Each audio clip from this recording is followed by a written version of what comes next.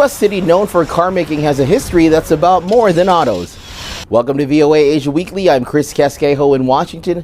That story is just ahead, but first making headlines. In this year, we had extraordinary rainfall that has caused flooding in river areas, sea level rise in coastal areas, and landslides. Papua New Guinea's Prime Minister James Marape blames extraordinary weather for a landslide that the UN says killed 670 villagers. Rescue teams have evacuated thousands of people. The government estimated that at least 2,000 people have been buried alive. Cyclone Ramal left millions of people without power in southern Bangladesh and India. With winds measured at 70 miles per hour, Ramal left a trail of destruction, damaging more than 35,000 homes across Southeast Asia. Thailand's former Prime Minister Thaksin Shinawatra will be indicted next month on charges of insulting the monarchy. The charges are based on an interview he gave to South Korean media in 2015. Thaksin is due in court June 18th. Thailand's lèse-majesty law is one of the strictest in the world.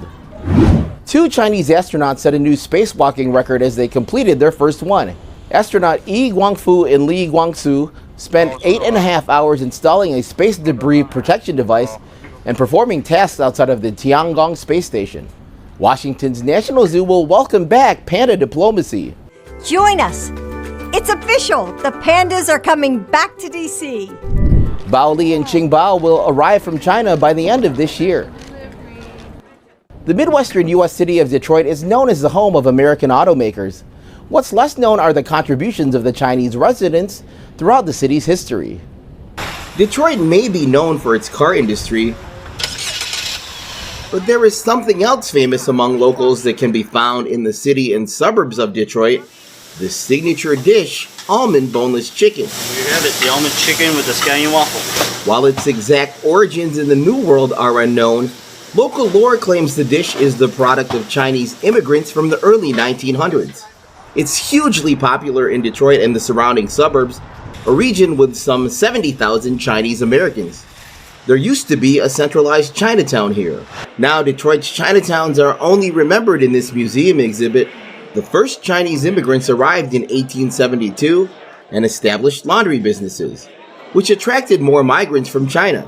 Some opened restaurants. Most of them were from Guangdong province in southern China. People come from this area called Taishan in Guangdong, China, and make it over to the U.S. in order to escape the level of poverty that they were dealing with at the time. Many Cantonese-speaking immigrants faced new obstacles in their new home. In 1882, the Chinese Exclusion Act banned Chinese laborers from entering the U.S. with only a few exceptions. Those already living in the U.S. had to get permission to re-enter if they left the country. Chinese immigrants could only live in certain neighborhoods, but they kept coming. This is my father. He came, and this is 1939. 4 years later, the U.S. repealed the Chinese Exclusion Act. Wing Lim Wong and his sister grew up in Detroit's second Chinatown after the first one was forced to move for a new freeway in the 1960s. Their father worked in a restaurant, which he later bought. At the age like maybe 11 years old, you start learning, maybe help out with waiting the tables. The second Chinatown was in a rough part of Detroit, remembers Curtis Chin. He wrote about his family's restaurant. The red light district, yeah, it was terrible. I mean, it was tough. We were exposed to a lot of things growing up as a kid. You would see the prostitutes on the road all the time, and coming into our restaurant too. Most of the businesses in Chinatown closed due to rising crime, including Wong's.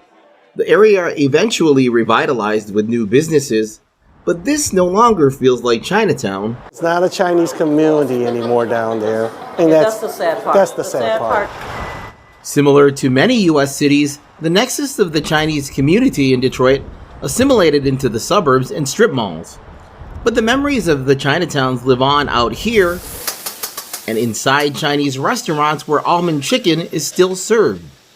To see more of our special series on Chinatowns across the world, visit voanews.com. And finally, meet Madison Castine, a Thai American who aims to be one of the few Asian Americans to break into professional soccer.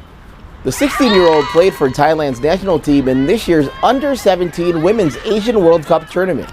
Thanks for watching VOA Asia Weekly.